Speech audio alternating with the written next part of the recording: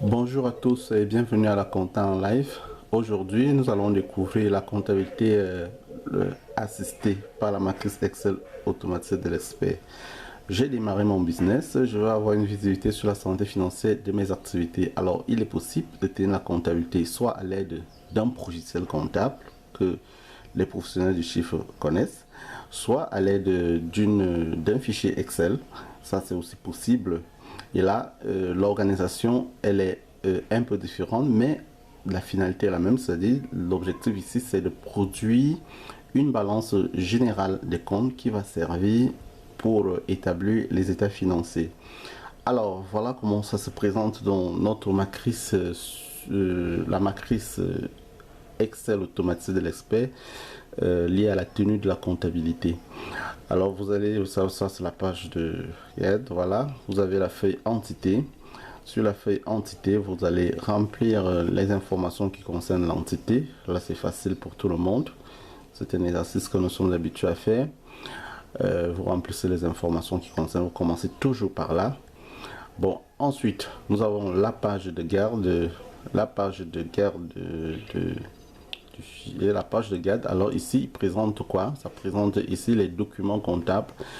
Alors, le fichier comprend donc un plan de compte d'entité, dont la liste de comptes des comptes généraux, mais non, la liste des comptes de tiers et la section analytique. Donc ça, c'est le premier travail qui sera fait par le professionnel du chiffre ou alors par l'entrepreneur.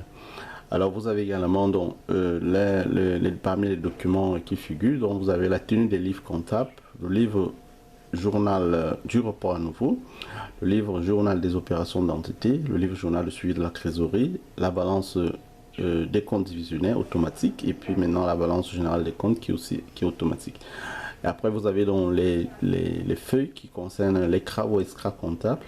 C'est-à-dire vous avez l'inventaire des biens durables, l'inventaire des biens fongibles, l'inventaire de caisses, l'inventaire de banque, rapprochement, plan d'amortissement des immobilisations, le tableau des amortissements, le tableau des provisions et des prestations, et ensuite nous avons le bordereau des écritures des OD, et nous allons le découvrir en fait, et le tableau détaillé du chiffre d'affaires. Alors vous allez ouvrir donc pour chaque opération, donc vous allez ouvrir donc un chrono pour les pièces de caisse, de banque, d'achat, de vente, pièces fiscales, pièces sociales, documents d'inventaire, documents dossier fiscal, dossier social, et dossier juridique. Alors voilà un peu comment l'organisation de ce fichier, de cette matrice Excel automatisée liée à la tenue de la comptabilité. Alors vous commencez donc par le plan de compte des entités, la liste des comptes généraux, la liste des comptes de tiers. Alors la liste des comptes généraux, voilà la liste des comptes généraux. Là, vous allez l'adapter en fonction de vos activités. Donc, vous pouvez supprimer un compte, vous pouvez supprimer un sous-compte, ou alors vous pouvez ajouter un autre, ou alors vous pouvez étendre davantage. Ça, c'est la structure des comptes normalisés. Donc, la liste des comptes généraux du plan des comptes de l'entité. Ensuite, nous avons les comptes de tiers. Alors, l'établissement pour ouvrir les comptes de tiers, pour suivre certains tiers. Mais non, la structure de création des comptes de tiers dépend d'une entreprise à une autre. Mais voilà le modèle que nous avons présenté. Nous allons faire ici, nous allons proposer la création des sous-comptes, des comptes de tiers alphanumériques. Là, ça permet au moins également de suivre les comptes des fournisseurs, les comptes des clients, les salariés et ensuite comptes associés. Bon, voilà, nous avons essayé de, voilà à peu près comment nous proposons, ce que nous proposons au niveau de la structure de la codification des comptes de tiers. Ensuite, vous avez donc une section analytique. Vous pouvez décider d'ouvrir aussi également une section analytique. La section analytique permet de suivre également. Ça peut être dans le cas des projets, ça veut dire vous dépensez pour un projet. Là, vous ouvrez dans un numéro de section analytique pour ce projet. Vous dépensez pour un magasin. Vous créez aussi un numéro de section pour un magasin. Ça permet également, lors de la ventilation comptable, d'y associer ce numéro lors de l'évaluation ou alors lors de faire le point par rapport aux dépenses ou alors aux dépenses d'un magasin ou d'un projet. C'est plus facile de filtrer à partir des Excel. Alors, vous avez donc l'autre page livre comptable. Alors, au niveau des livres, la tenue des livres comptables, vous avez donc les livres journaux ouverts. Dans le cadre de cette matrice, vous avez dans le livre journal du report à nouveau, vous avez le livre journal des opérations de l'entité, vous avez le livre journal de suivi des trésoreries, vous avez la balance des comptes divisionnaires et la balance générale des comptes.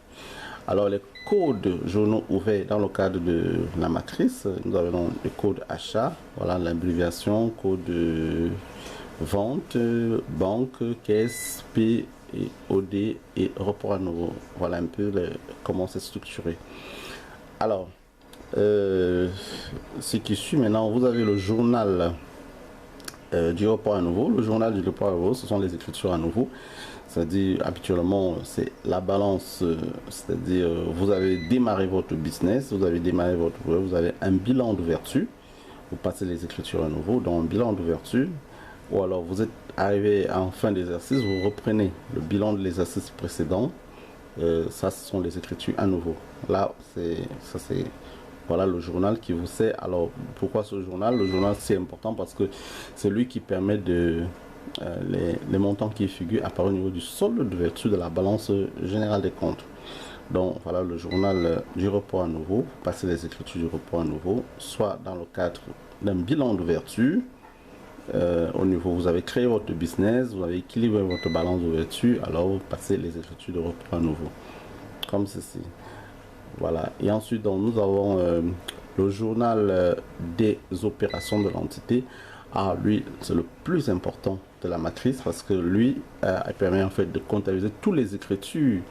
Vous allez comptabiliser tous les écritures qui vont, tous les écritures de la vie de votre business ou alors de la vie de l'entité que vous suivez. Toutes les écritures, vous allez les passer ici. Alors, vous structurez, c'est comme ça.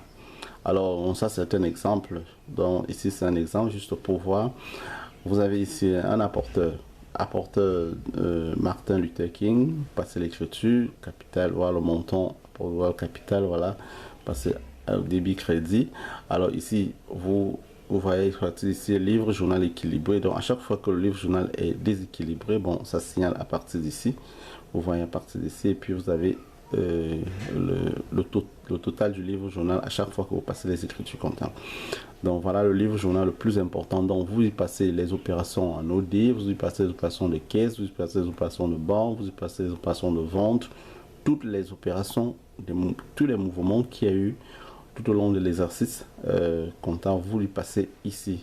Alors pour passer les écritures, effectivement, il faut respecter un peu. Il faut respecter cette...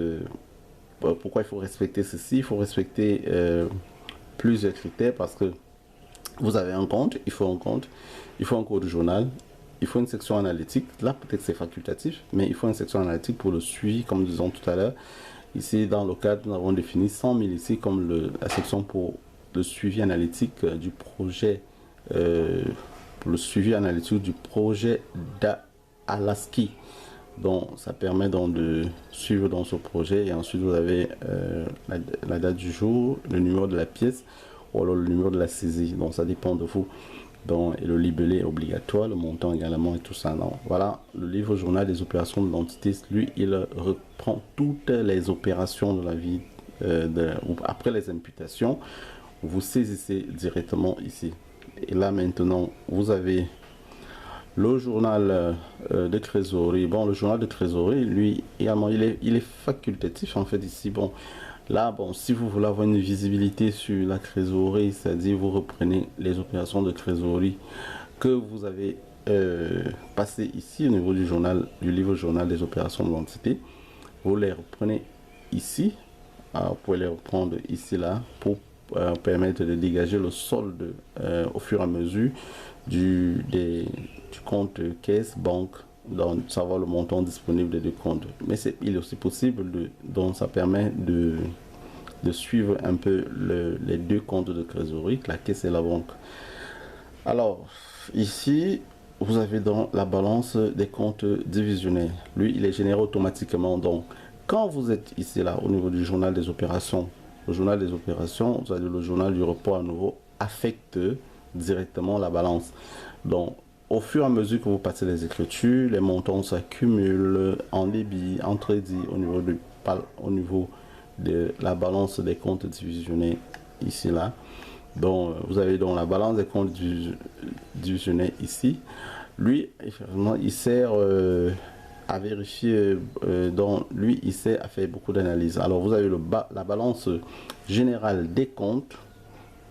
Lui, il est utilisé également pour élaborer les états financiers. Une fois que vous avez fini l'ensemble passer des écritures, toutes les écritures de l'exercice, vous venez, vous imprimez votre balance ou alors vous la copiez qui va vous servir de base pour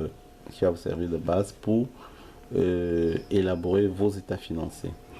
Alors, je crois que ici, là, ça va au niveau de la tenue de la comptabilité. Maintenant, il y a les travaux extra comptables. Les travaux extra comptables, bon, ici, là, l'inventaire des biens durables, l'inventaire des biens fongibles, l'inventaire des caisses, compte banque, plan d'amortissement. Là, plan d'amortissement, également les tableaux d'amortissement, les tableaux de provision, le bordereau des écritures, les OD et le tableau de détail des chiffres d'affaires. Alors, ça sont les travaux extra comptables. Qui sont obligatoires en fait, en réalité, qui sont obligatoires. Bon, les travaux extra comptables, faire l'inventaire des biens durables, voilà un modèle de tableau, pour également modifier l'inventaire des stocks, vous pouvez faire votre petit inventaire des stocks, vous faites l'inventaire de la caisse, là également, vous faites ici, à partir d'ici, vous faites l'inventaire de la caisse, et là, vous aurez besoin du journal, effectivement, du journal de trésorerie, qui est là, pour faire l'inventaire des caisses. Maintenant, vous avez l'inventaire de banque, le rapprochement de banque, rapprochement bancaire. Alors, état de rapprochement du solde de compte bancaire. Donc, ici au niveau de l'inventaire banque. Vous avez le plan d'amortissement. Donc, à chaque fois que vous achetez une immobilisation, vous mettez sa valeur d'origine, vous mettez la date de service, et puis là, le reste, ça génère automatiquement. Vous mettez la durée de vie, le reste génère automatiquement. Donc, voilà, en quelque sorte, voilà, ici le plan d'amortissement des linéaire des immobilisations. Ensuite, nous avons dans le tableau d'amortissement des immobilisations, tableau de provision, le bordereau des opérations diverses. En fait, ici, le bordereau des opérations, il faut bien noter ici, le bordereau des opérations diverses, lui, il permet juste de passer des écritures comptables. Vous pouvez l'imprimer, vous passez les écritures d'amortissement, vous passez les écritures qui n'ont pas de pièces, ou n'avez pas la pièce justificative, mais qui sont obligatoires. Amortissement par exemple, vous passez les écritures de reclassement des comptes par exemple, là vous imprimez ça et puis vous passez les écritures et ensuite maintenant vous viendrez saisir au niveau du journal des opérations. Nous allons nous allons revenir, voilà, enfin chiffre d'affaires, ici le tableau détaillé du chiffre d'affaires annuel. Alors nous allons procéder dans les prochaines semaines. Nous allons revenir dans les prochaines semaines avec des vidéos beaucoup plus explicatives parce qu'en fait c'est pour répondre à la demande de plusieurs internautes qui ont besoin de savoir comment on tient la comptabilité. Ils veulent comment on tient la comptabilité. Ici c'était juste pour vous présenter simplement la comptabilité assistée par la matrice Excel automatisée de l'expert. Oui, il est possible de tenir la comptabilité sur à partir du logiciel Excel, c'est facile. Il est également possible de tenir la comptabilité à partir du progiciel, en fait les progiciels comptables que les professionnels du chiffre connaissent. Donc je vous dis à très bientôt, à très bientôt, à très bientôt. Merci pour votre aimable attention.